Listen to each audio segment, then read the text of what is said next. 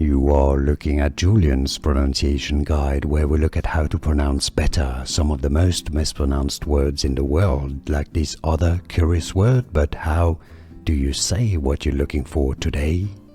We are looking at how to pronounce the name of this medication, as well as how to say more interesting but often confusing medical terms that many get wrong. So make sure to stay tuned to the channel, sold under the brand name Citalopram.